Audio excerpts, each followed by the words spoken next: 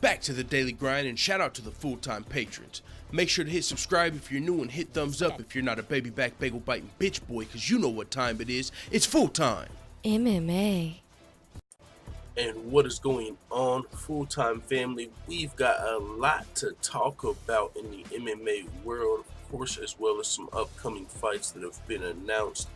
I got some great news though before we jump into this, just to follow up on the last video. I got the job. They called back today, filled out everything. Now the hard part, I just got to pass the drug test.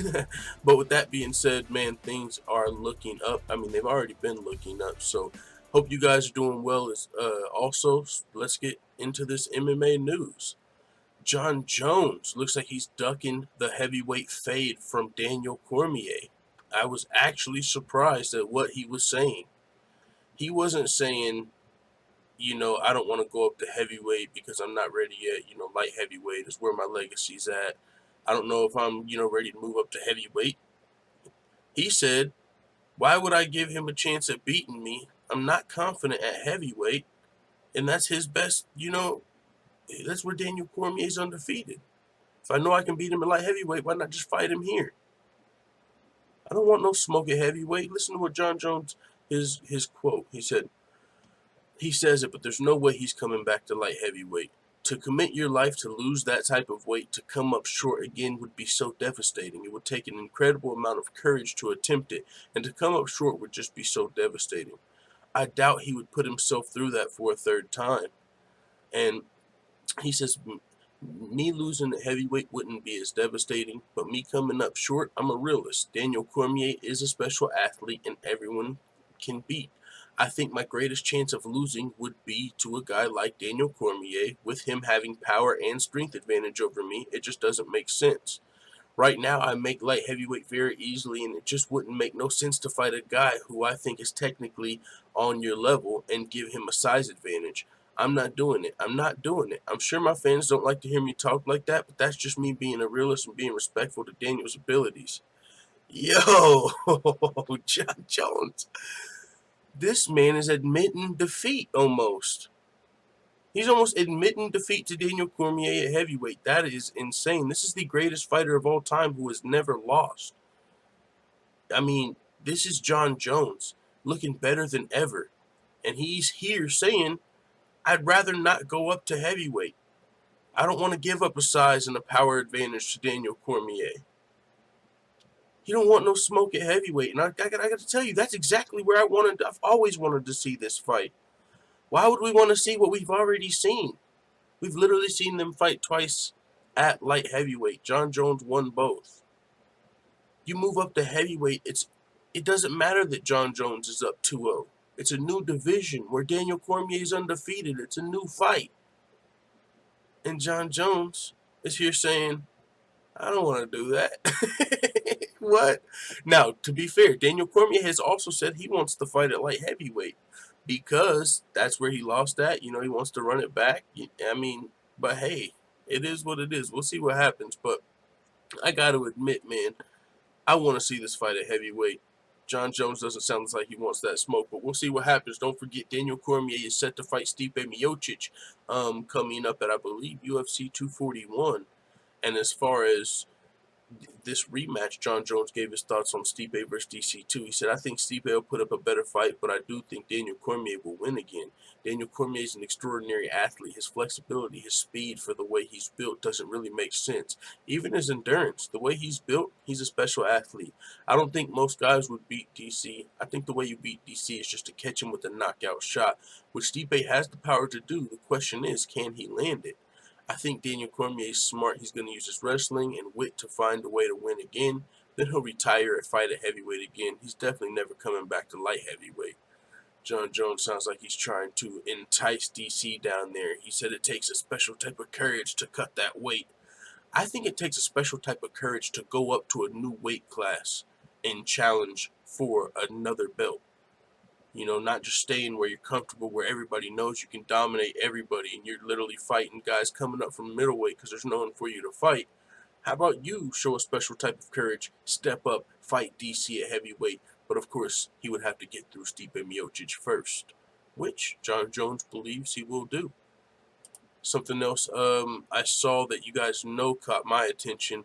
Ali Abdelaziz says PFL's Kayla Harrison will be the greatest female fighter of all time, and I've never agreed more. I mean, a lot of people, the Harrison haters, you guys don't understand. The Harrison hate is real. It's real. People, I mean, there's no reason to deny Kayla Harrison's future greatness at this point. There used to be a legitimate argument. Okay, Chris Cyborg's in her way. Chris Cyborg is not in her way anymore. I mean, that's a fight I would still love to see, and I do think we still will see. Cyborg is coming around to it now. She used to not really, she used to act like she didn't know who Kayla Harrison was. Now she's saying, oh, when she's ready, I'll be here. She knows who she is now. And you got to keep in mind, Kayla Harrison trains with Amanda Nunes, the girl that just knocked Chris Cyborg out. Kayla Harrison fights at 155 pounds. If she cuts to 145, she'll have a size advantage. Kayla Harrison is a grappler. She's not a People keep comparing Kayla Harrison to Ronda Rousey. Oh, Ronda Rousey got knocked out. Kayla Harrison's going to get knocked out.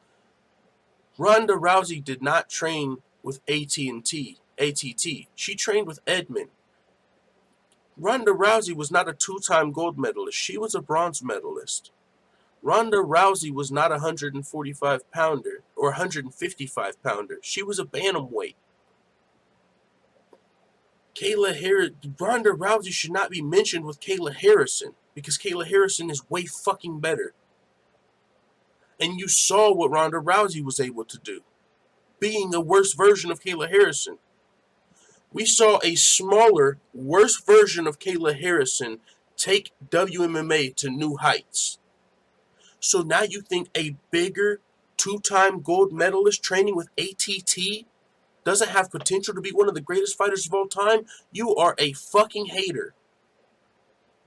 That's all it is. There's no comparison to fucking Ronda Rousey here. Kayla Harrison is also, in her first 4 fights, fought girls with a combined record that is insane.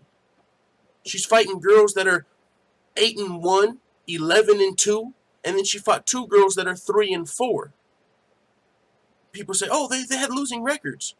Do you guys not realize Kayla Harrison was 1-0? She was 0-0 when she took her first fight. When you take your first fight, you usually fight other people taking their first fight. If you look at John Jones, if you look at Chris Cyborg, if you look at Ronda Rousey, if you look at Daniel Cormier, none of them were fighting 8-1 fighters in their second pro fight. None of them were fighting 11-2 fighters in their fourth pro fight. None of them were fighting 3-4 fighters in their first pro fight.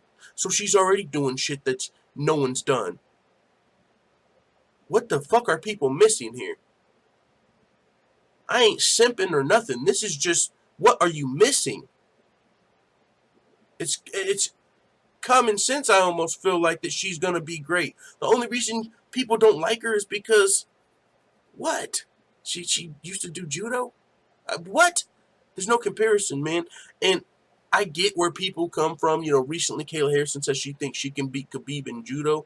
Well, sorry to tell you, if you're the best in the world, you think you can beat anybody. But yeah, also, you want to say it's clout chasing? You can call it marketing.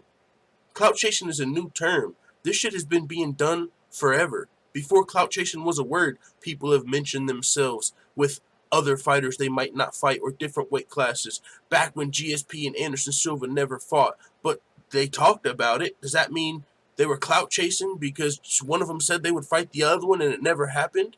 I mean, it was possible. This is not possible. But we've in today's age especially, it's a conversation. Now, could she beat Khabib in judo? No. Because he's a grappler, a dominant grappler, and she's a grappler. I don't think she could beat him in judo, even though it's her sport and that's where she has a 2-time gold medal. Khabib does have a black belt in judo, so the fact that he trains judo, I don't think you're going to beat Khabib. I do think he's going to be stronger than Kayla Harrison at this point, probably a little bigger. He's never going to make featherweight. I think that's a possibility for Kayla. So I would give the edge to Khabib. But could Kayla Harrison beat like a Floyd Mayweather or someone like that in the judo? Fuck yeah. She could be, or she could beat people in judo. I've heard people make the argument she couldn't beat him because he's a man. What the fuck? Like I just pointed out, Kayla Harrison would fucking smash Floyd Mayweather in judo. That's what she should have said. I mean, Khabib, he's got the clout right now. She should have said Conor McGregor, because she probably could. I think I could beat Conor McGregor in judo. That would have fucking been better because she probably could. Khabib might have bit off a little more than you can chew. But hey, it's smart. It got people riled up. Got people talking. I mean, so Kayla Harrison's doing everything right. I think she's doing everything right. People talked about, her performance. She took it hard on herself, but it was a dominant performance. So I agree with Ali Abdelaziz here. We got more to talk about. Let's move on. Ali Abdelaziz is also the manager of Cody Garbrandt, and he said he's turned down UFC on ESPN Plus 13. He wants TJ Dillashaw's wins vacated. Now, that was an opportunity to fight, I believe, in Sacramento, which would have been a home fight for Cody Garbrandt. But his manager said he wants Cody to make sure he's 100%. He said he's got a lot of fight left in him. The key is you've got to get him healthy, get him right. UFC wanted him to fight in Sacramento. I want him to fight in October and November. Let's get him right. Now, not only is October or November, more time to get healthy, but you got to imagine it'd also be a bigger fight card. I mean, it would be nice to fight in Sacramento, but it's not the biggest opportunity. It's just more of like, oh, I get to fight in front of my friends and family. But in October or November, you're likely going to be fighting somewhere around the time of John Jones or a Conor McGregor or a Khabib. And even though you're not going to make more money from pay-per-view because you're not a champion, it's still more people that get to see you, more eyes on your brand. So it's better to fight on big shows still. Now, with that being said, it also gives him more time to heal up. So now, as far as TJ Dillashaw's wins being vacated, his title wins against Cody Garbrandt, USADA came out and said they tested those samples and they did not have EPO in them. Now, as hard as that kind of is to imagine, because Cody Garbrandt called out TJ Dillashaw for being on steroids, EPO specifically, a long time before he got popped. He said it must be all that EPO going to your head before they fought like the second time. So he knew what TJ was on.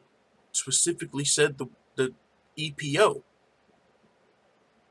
He said before that he tried to show, or he didn't say he tried to, he said he showed everyone at Team Alpha Male how to use steroids. Either way, that's a champion, and USADA said they didn't have money to test all champions for, not champions, they said they couldn't test everybody for EPO because it's too expensive. My thought is, shouldn't you at least be testing all your champions? Every single champion should be tested for EPO.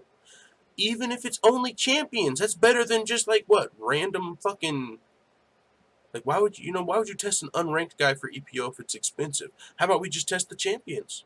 Once you get to the top 5 and the championship level, you start getting EPO tests. We don't have to test the whole fucking roster. We don't have to go broke. Let's just test the fucking guys that matter as far as title contenders. Everyone matters, but I mean as far as title contenders, let's test those guys. So that fucking sucks. So with that being said, they've came out, they've said it wasn't in his test against Cody Garbrandt. I hope they tested the sample against John Lineker as well, because he essentially derailed John Lineker's career. John Lineker recently lost to Corey Sandhagen, so now he's set farther back. But before that, he was 8-1 in his last 9 fights. He had only lost to TJ Dillashaw. He would have been 9-0, probably already fought for the title, got his jaw broke in that fight. Could you imagine getting your fucking jaw broke by somebody that's on EPO or something? Aljamain Sterling, I seen him call that out on Twitter. He's like, you got to be an insecure fuck to cheat in a sport that's already so dangerous. A lot of people feel like they have to cheat to compete. There's a lot of people, I believe, don't cheat.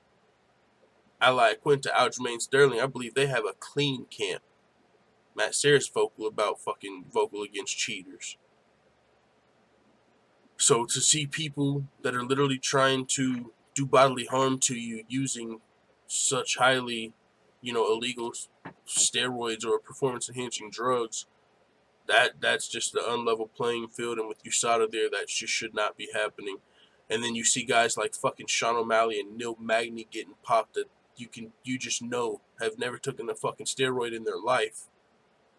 They probably don't even know what EPO stands for. Like, these guys have never, you would never look at these guys and say, man, they're probably on some sort of performance enhancing drug. You never would. And they get flagged, and then guys are getting through fucking fights on title fights on EPO. I mean, something's got to give.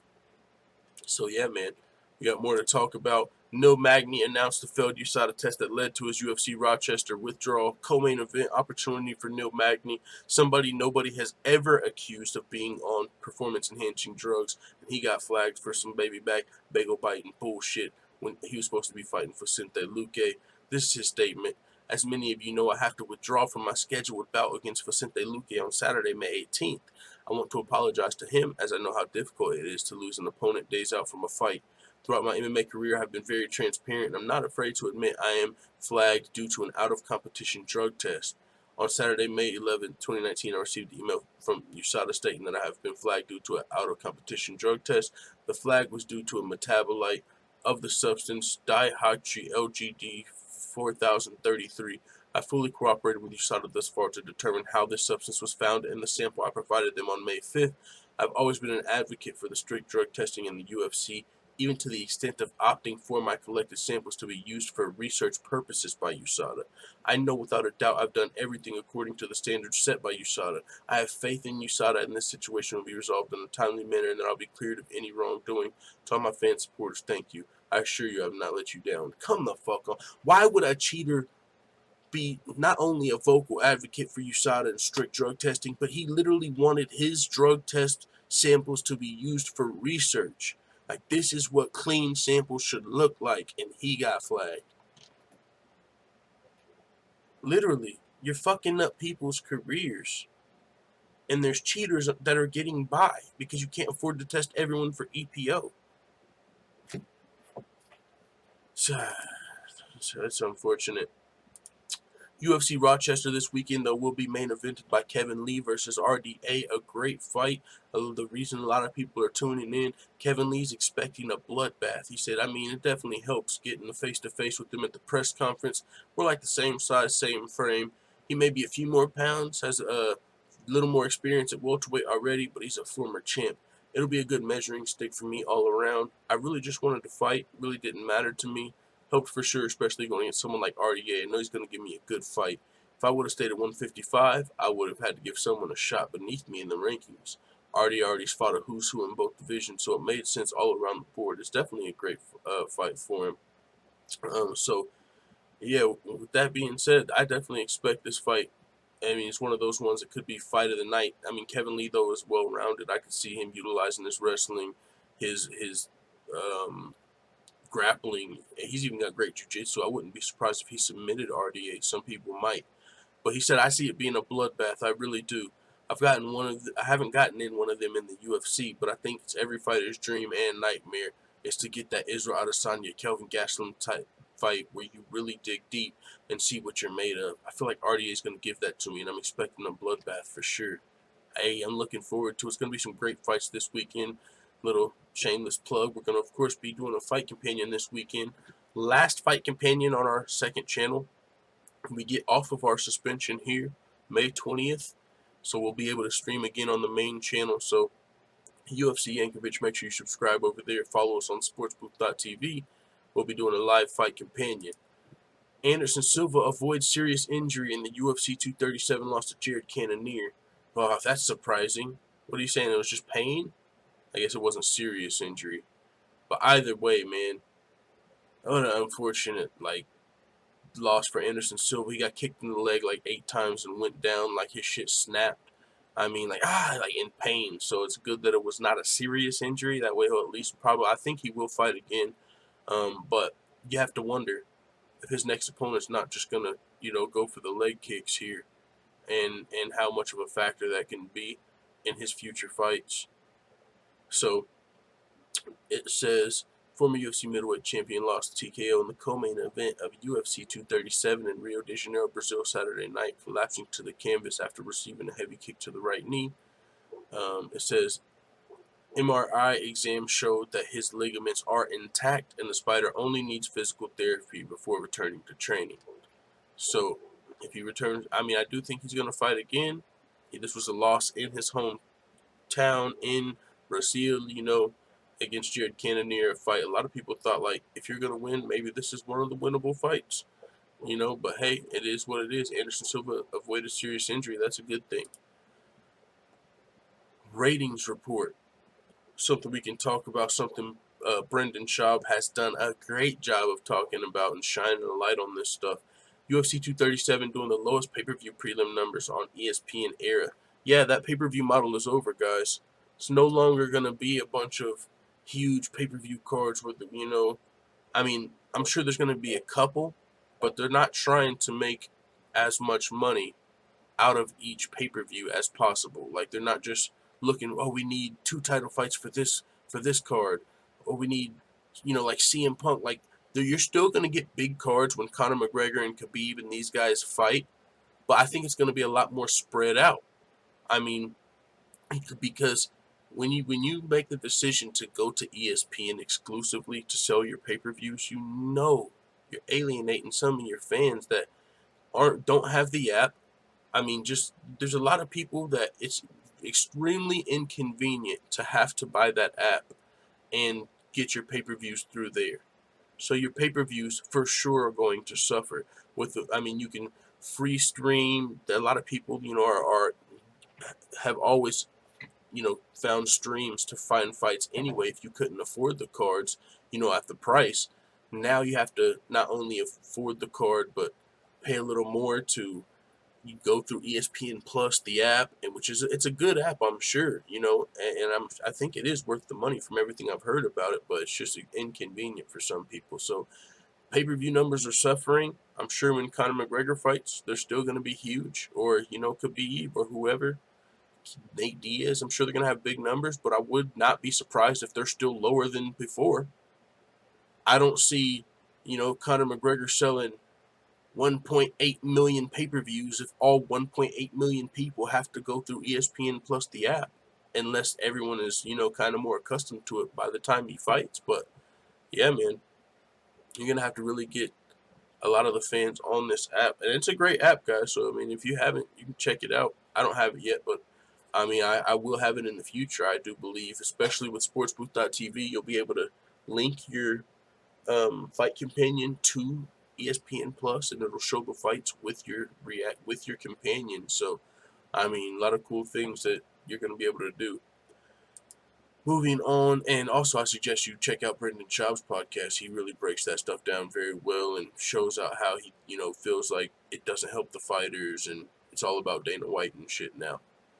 Ali Abdelaziz in the news. He recently sat down with MMA junkie Fabricio Verdun will enter the USADA testing pool next week. He went through a USADA failure. He was going to go fight in Japan. Now it looks like he's actually coming back to be a top 5 heavyweight in the UFC. He's training, doing everything right, and hopefully his situation with USADA, I don't think he was one of the 4 Brazilian fighters that was found innocent in the most recent when Anderson Silva and those guys were, but Ali, his manager, says, I believe he did not cheat at all, but the system got us. But it's okay. He's got 1 more year, and he'll be back in the cage. So he's looking forward to getting back, to the UFC. He's going to have to enter the USADA testing pool, and he'll be back hopefully sooner rather than later. We'll see where he goes. I mean, the heavyweight division's kind of looking good right now. You got Francis Ngannou back knocking dudes out. You got Curtis Blades on the come up. You got Junior Dos Santos, looking good. Stipe Miocic about to fight for the title again. So the top of the heavyweight division's looking pretty nice, man. It'd be nice to see Fabricio Verdun back in the mix. Tai Tuivasa, of course, he's fighting soon. Pedro Munoz plans to make Aljamain Sterling pay for his PED comments, also calling him a bitch. I mean, Aljamain Sterling is just vocal against PED use. You don't like people that use PEDs in such a dangerous sport. He recently tweeted that out. And it doesn't matter if you're, Pedro Munoz or you're TJ Dillashaw, Aljamain Sterling. He's, a vocal critic of people using steroids. You could imagine if you're fighting clean and you're one of the best fighters in the world, Aljamain Sterling is one of the best bantamweights in the world. Make no mistake about it.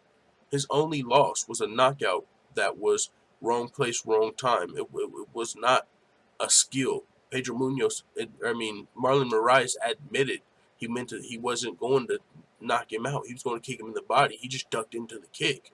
Before that, he lost 2 split decisions. Those are split decisions. So, though he could have won those. A lot of people would argue he did win those. At least one of them. So Aljamain Sterling's for sure one of the best bantamweights in the world. So why would you want to risk where you're at in your career, your potential title shot, potential millions of dollars fighting against somebody that could potentially be doping to have an unfair advantage when you should beat them if they're clean? That's serious. If you're a clean fighter and you're fighting against motherfuckers that are not getting tested for EPO, man, that's bullshit. So Aljamain Sterling said, I hope you guys test Pedro properly for this fight. I completely forgot his suspension back in 2015 for his testosterone metabolites. Dana White said he didn't know you guys weren't testing for EPO. Well, I want that done too. No shortcuts to victory. Yeah, if I was a fighter, I would want my fucking opponent tested for EPO. I mean, yeah, come on, man. It's like I said, all top contenders in championship fights should be tested for EPO. Dana White believes Megan Anderson could be something in the UFC. Yeah, if Cyborg never comes back. No, Megan Anderson, I mean, she's marketable. You know what I'm saying? The simps will definitely watch her fight. She could sell product. She could be, you know, the swimsuit covers and all of that shit. I mean, she's marketable, but it's the fighting skills. What can you do with that? We seen Holly Holm take her to wrestling school. Holly Holm was not even a grappler, and she just fucking took her down and just smashed her on the ground. Like, so that's the only problem. And if Holly Holm's doing that to you, you know any other girl with grappling is going to be able to do it to you. Megan Anderson's young. I mean, she could just round out her wrestling. I mean, she would really need to improve a lot on her wrestling for her to, I feel like, in her takedown defense to succeed. That's why I don't really see her winning at the highest level, but she's marketable. She could be like a Paige Van Zandt type girl, you know, get a couple wins, couple losses, couple wins, but still pretty marketable, sell some tickets. But I don't ever see her beat a girl like Chris Cyborg, Holly Holm, Amanda Nunes, Kayla Harrison, any of the best. She's not going to beat those girls. But hey, she could be something according to Dana White. Interesting fight announced recently. Liz Carmouche versus Roxanne Modafferi, targeted for UFC San Antonio. Liz Carmouche, I believe, holds the victory over Valentina Shevchenko. And then Roxanne Modafferi coming off of a win over Antonina Shevchenko. So you've got to imagine Valentina Shevchenko's got her eyes on this fight because she would like to beat up either one of these girls. Either get that win back over Liz Carmouche or beat up the girl who just beat up her sister. So I do think the winner of this fight could be in line for a title fight in the women's flyweight division. We'll be looking forward to this fight. Of course, Roxanne Modafferi was able to defeat Antonina Shevchenko most recently, which vaulted her stock up because anyone that's beaten Shevchenko's sister is going to raise some eyebrows. Liz Carmouche, though, is a fucking beast. Dominant. I mean, just extremely powerful grappler. So she's going to be a really tough task for Roxanne Modafferi. But hey, man, looking forward to the fight. Several bouts announced for UFC Sacramento. Sara McMann versus Nico Montaigne and a few others. So, you know, Nico Montaigne, returning former UFC flyweight champion, also coming off of a USADA suspension. She's a girl that doesn't look like she, you know, would use steroids, but in the same time, you have to think she was preparing for a fight with Valentina Shevchenko. So that would give you some motive. But at the same time, with the way USADA's flagging all of these innocent fighters, it's crazy. And it's not like USADA's just flagging innocent fighters, like, intentionally, the way it sounded. But it's like the way that all of these innocent fighters that you never would think are on steroids. I mean, 100% Nil Magny, I do not believe, has ever cheated the system or intentionally. Contaminated supplement, sure. But that just goes to show you, USADA doesn't work. You're flagging more innocent fighters than dirty fighters.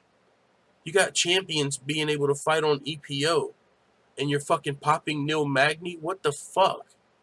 How does that make any sense? So, I mean, I can't... So if it's someone like Nico Montaigne, Sean O'Malley, how can I believe? I don't believe they're guilty. I don't know. I don't believe no Magny's guilty.